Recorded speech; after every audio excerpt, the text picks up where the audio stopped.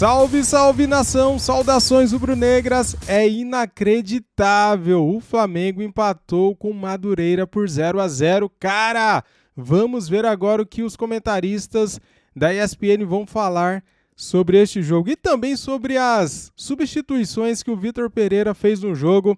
Hoje ele foi muito mal, galera, vamos ver aí o que os comentaristas vão falar sobre o jogo do Flamengo e sobre Vitor Pereira. Quero convidar você que é flamenguista, que é mengão, a se inscrever aqui no nosso canal. Seja bem-vindo, inscreva-se, faça os seus comentários e compartilhe o vídeo aí pra geral, para ajudar o nosso trabalho aqui. E ative o sininho, é lógico, né? Para não perder nada.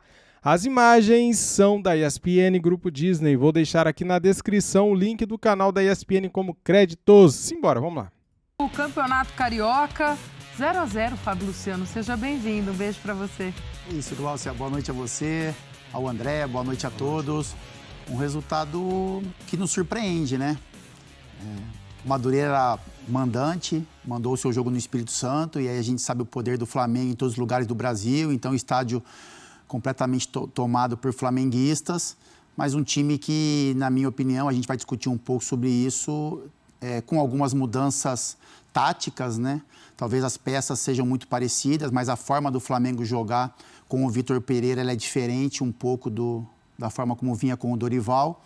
Algumas movimentações, né? Os laterais um pouco mais avançados, o Arrascaeta com mais liberdade, o Gabigol em muitos momentos saindo para armar o time. Então é o início de trabalho, Glaucia, mas parece um time um pouco confuso, né? No primeiro jogo venceu muito bem a Portuguesa, os gols apareceram.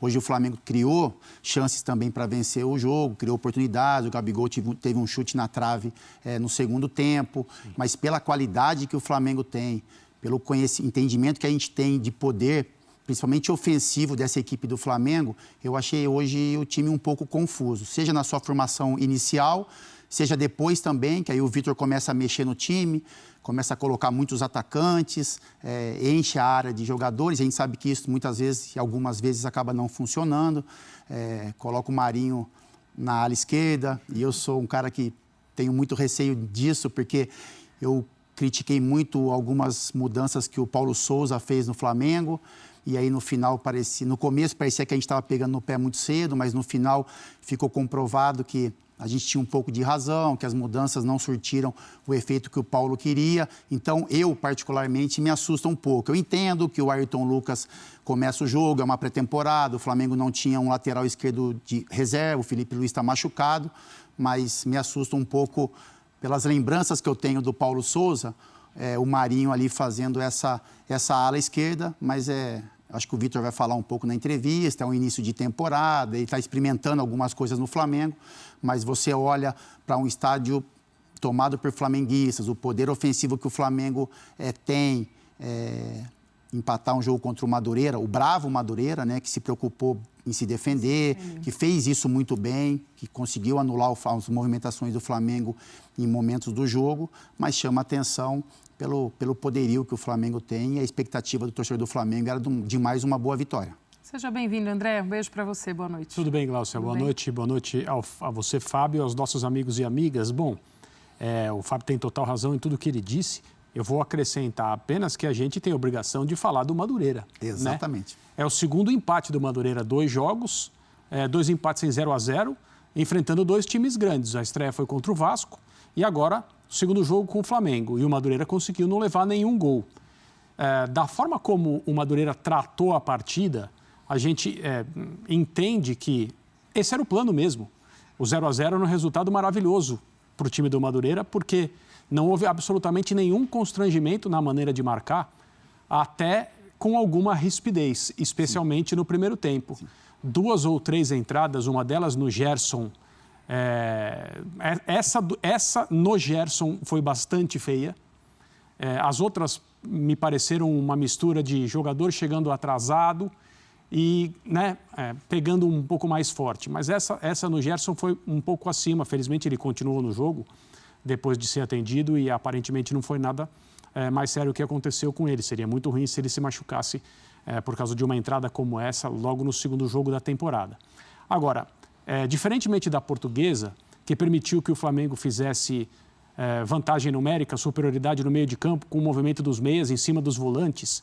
O Madureira hoje, chegando a marcar até com uma linha de 5 jogadores, não permitiu o jogo por dentro do Flamengo e não permitiu que os corredores, ocupados pelos laterais, fossem uma via para o Flamengo atacar. Então, o jogo ficou o Flamengo com a bola, muita posse, eu não vi o número final, porque a gente estava aqui no estúdio já quando o jogo terminou, mas absoluto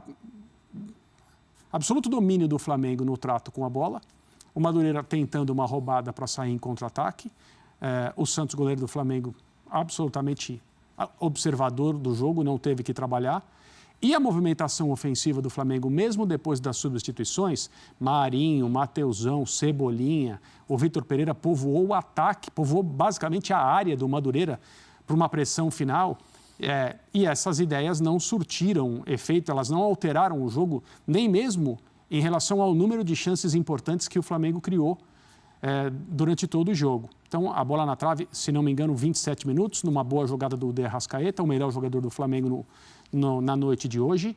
Diferentemente do Everton Ribeiro, um pouco tímido, um pouco discreto, talvez ainda tentando buscar o seu melhor ritmo, acabou substituído. Mas o Arrascaeta praticamente não tomou nenhuma decisão errada no jogo inteiro.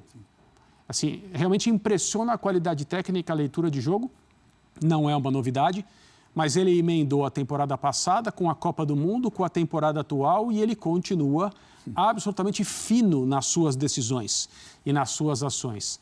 Essa bola na trave teve participação dele, o chute foi do Gabriel. E o Flamengo, basicamente, foi isso. No primeiro tempo, um cabeceio que o Dida, Sim. nome de grande goleiro do Madureira, conseguiu praticar uma boa defesa, nada mais. O Vitor repetiu a escalação, talvez isso surpreenda pelo fato do Flamengo ter jogado com essa formação no meio de semana.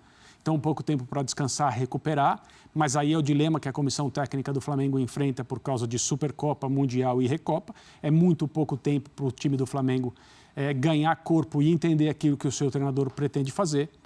Mas ele continuou, a plataforma do time, digamos assim, foi repetida do jogo da Portuguesa, que foi a primeira vez que os titulares atuaram, para a noite de hoje contra o Madureira. E o Flamengo, desta vez, foi contido por um sistema defensivo absolutamente honesto e transparente na busca do 0-0. E foi o que aconteceu. Não dá para se atirar também contra um Flamengo, então o Madureira veio ali fazendo a sua defesa honestamente, como disse o André. A gente tem números dessa partida, então, já que o André também pediu, na tela para a gente, olha lá.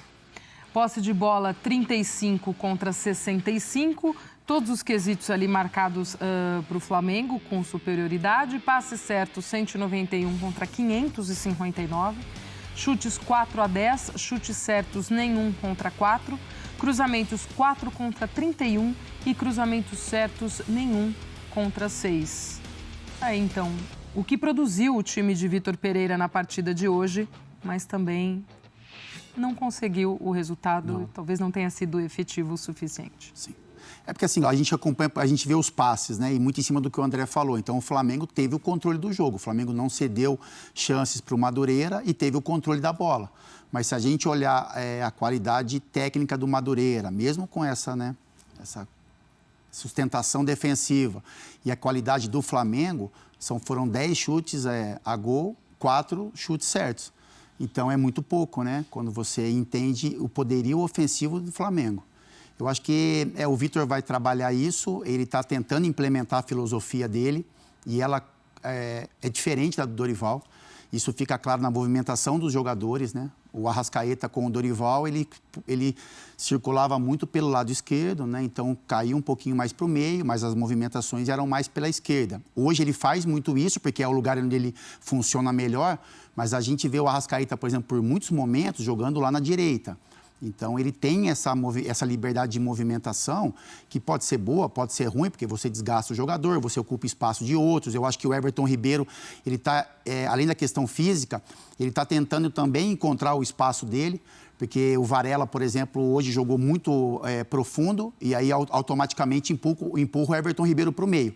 Quando o Everton Ribeiro vem para o meio, o Gabigol está meio que circulando naquela área. Às vezes o Arrascaeta também se aproxima. Então você ganha em qualidade de aproximação, mas você tira o espaço que alguns jogadores precisam para se movimentar, ficando com o Pedro um pouco mais fixo. Então, assim, eu vou falar muito do primeiro tempo, né, antes das modificações, porque a gente imagina que é esse Flamengo que vai enfrentar o Palmeiras, que vai enfrentar os jogos do Mundial. Até muito por isso, talvez o Vitor venha mais uma vez com a mesma equipe, embora tenha jogado no domingo contra a Portuguesa, naquele calorão que foi, inclusive, talvez um desgaste até dos seus jogadores. É importante para ele manter o time, porque ele está tentando mudar uma forma de jogar. É leve, né? É algo que se muda com os mesmos jogadores, não é drástico, né? Mas é algo que ele está tentando implementar. Então, para ele mudar isso, ele precisa de jogo. Ele movimenta no treinamento, ele fala isso na coletiva antes do jogo, né? Ele fala, eu percebi algumas coisas que eu tinha que corrigir no jogo contra a Portuguesa, mesmo após a vitória, e a gente corrigir no treinamento para tentar ver como é que o time vai funcionar hoje. Então, é algo que está sendo modificado ali dentro de estrutura e que precisa de rodagem, precisa de jogo. Então, assim, pelo que a gente viu hoje, para o Flamengo estar preparado para o jogo contra o Palmeiras e principalmente para o Mundial, esse time deve vir a campo mais uma ou duas vezes, para que ele afine algumas coisas e esses jogadores tenham a mesma liberdade, a mesma confiança que estavam tendo, por exemplo, na temporada passada em muitos jogos. E é curioso isso, né, André? Porque, embora o Vitor, claro, vá dar seu estilo de jogo ao time, vai mudar o time, são jogadores que estão acostumados a jogar juntos há muito tempo, né? Então, também já tem uma familiaridade, aquela coisa de já sabe o movimento do outro, enfim. Mas, mesmo assim, ele ainda pretende dar essa sequência, pelo que a gente está entendendo, para preparar para os principais jogos. Não dá para fazer uma leitura extremista no sentido, se não ganha do Madureira, vai ganhar de quem? Né? Não dá, não é isso. Todo mundo sabe qual é esse quem, né? Que alguém pode...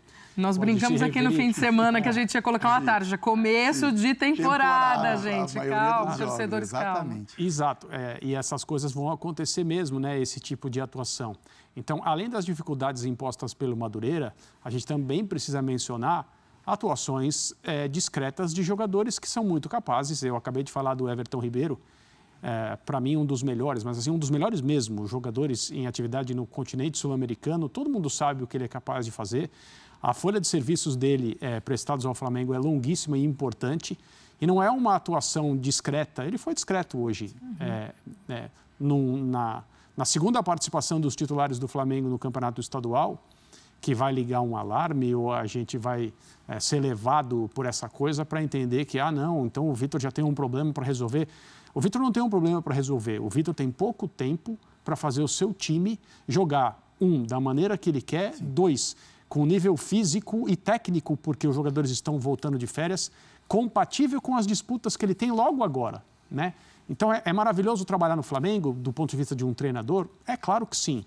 Esse é o elenco que dá a qualquer técnico as melhores possibilidades de conquistar coisas importantes aqui no nosso calendário? Sim. Outros podem conquistar? Podem e devem. Mas o Flamengo é quem oferece mais possibilidades.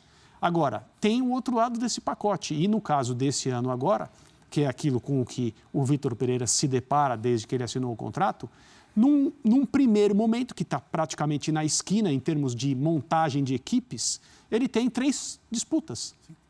E a leitura vai ser feita conforme aquilo que ele ganhou ou deixou de ganhar. Isso é óbvio. Não deve ser uma leitura, independentemente do que aconteça, drástica o suficiente para dizer o Vitor Pereira é o melhor treinador que existe ou o Vitor Pereira não serve para o Flamengo. A gente não pode ficar nessa coisa de extremos ou na euforia completa ou na mais absoluta depressão. Tá aí, galera, separei para vocês aqui um trechinho do Sport Center falando do empate amargo, né, cara, do Flamengo contra o Madureira, né? Eu esperava que o Flamengo fosse golear, sinceramente, na moral. Se a gente for ver o time do Flamengo contra qualquer time do Brasil, você fala, vai ganhar, né? Só que não foi o que aconteceu, isso nos deixa muito triste, né, cara? Para começar, um gramado ruim, uma arbitragem ruim, confusa, né? Em vários lances de falta, o cara não dava cartão. Entradas duras no Gerson, entradas duras no jogo todo. O goleiro fazendo uma cera danada. Toda hora os jogadores do Madureira caíam. E o cara, no final do jogo, dá 5 minutos.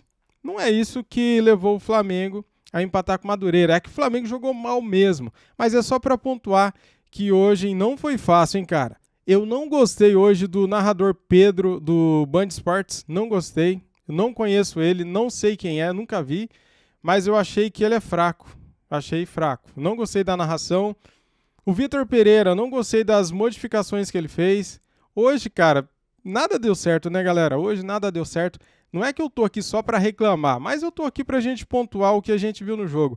Varela hoje não fez um bom jogo, errou bastante no último passe. Como vários jogadores do Flamengo ali na frente hoje, no último passe, na hora de acertar para dar aquela assistência, para deixar o Gabigol, o Pedro na cara do gol, saiu os passes errados, né? Cruzamento errado, lançamento errado, enfiada de bola errada. Tudo que o Flamengo tentou hoje não deu certo. Na hora de substituir os jogadores, o Vitor Pereira mexeu muito mal. Então, galera, na hora que ele tira o Pedro, na hora que ele tira o Everton Ribeiro e o Ayrton Lucas, cara, o time dá uma queda, né? Ele coloca o Cebolinha, coloca o Matheus França e coloca o Marinho, né? O Marinho para jogar de lateral esquerda, de ponta esquerda. Eu acho que ele mexeu mal, depois ele fez mais uma substituição, depois ele tira o Gerson e tinha tirado também o Varela, que eu esqueci de falar aqui. Mas é isso, galera. Infelizmente o Flamengo não venceu, não goleou o Madureira. Esperávamos um show, que a gente viu no jogo contra a Portuguesa foi um show, né? O Flamengo tinha jogado muito bem, só que hoje, né, igual eu falei, gramado ruim, arbitragem ruim, transmissão meia boca, né? Não gostei da narração. Pois é isso, a gente espera que o Flamengo possa apresentar um futebol melhor agora dia 21, né? Tem mais um jogo, dia 24 mais outro jogo, para se preparar melhor para pegar o Palmeiras aí no dia 28 pela Supercopa do Brasil. Ó, se não for demais, se não for pedir muito, deixa o like, se inscreva aqui no nosso canal e ative o sininho. Valeu, tamo junto, saudações rubro-negras. Fui!